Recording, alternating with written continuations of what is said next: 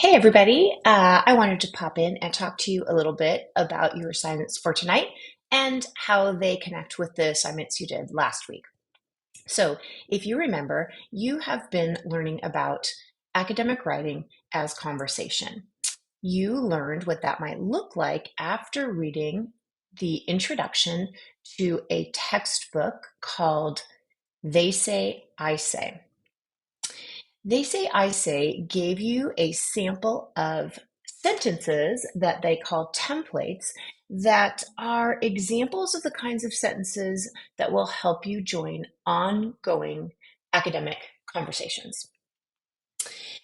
You, for today's assignment, I'm going to be asking you to spend some time doing some of the things that we have practiced. So let's kind of look at what's going to be due for tonight. I'm going to be asking you to continue the practice of noticing things, specific things. And this time, those things will be from three different written texts. The article titled Who's Left Out of the Conversation? The resolution, Students' Right to Their Own Language, and the TED Talk titled Why English Class is Silencing Students of Color. After you've read these texts, I hope that you will spend some time just noticing things about them. Then I'm going to be asking you to do something with the things that you've noticed. You will have, after having read the NCTE's resolution and watched Why English Class is Silencing Students of Color, and have read last week Who's Left Out of the Conversation, you have been listening for a while, taking in others' ideas, hopefully while suspending judgment and noticing very specific things about those ideas. Now, what I'd like you to do is start practicing some analysis. And I'm going to ask you to do it a particular way. What I'm asking you to do is find some connections between the ideas in these three texts. Who's left out of the conversation, the NCTE's Students' Right to Their Own Language, and the TED Talk Why English Class is Silencing Students of Color. And one of the ways that I will be asking you to express those connections is through something I might call a citation sandwich. So let me show you what I mean. Open up the discussion forum that's due tonight. You'll notice that I've asked you to spend time with these three texts. And then I'm asking you to write about any connections you see between them using what is called a citation sandwich.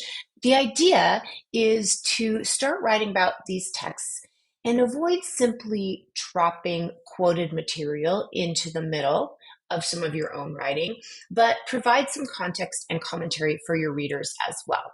And you can call that move the citation sandwich. Or quotation sandwich. So let me show you an image that might explain that. Before you start writing about any author and that author's text, you should first introduce that author and the text to your readers. Who said what you're wanting to write about? What do you know about that author? What can you tell us? And give a little context about that author and the text that you are looking at.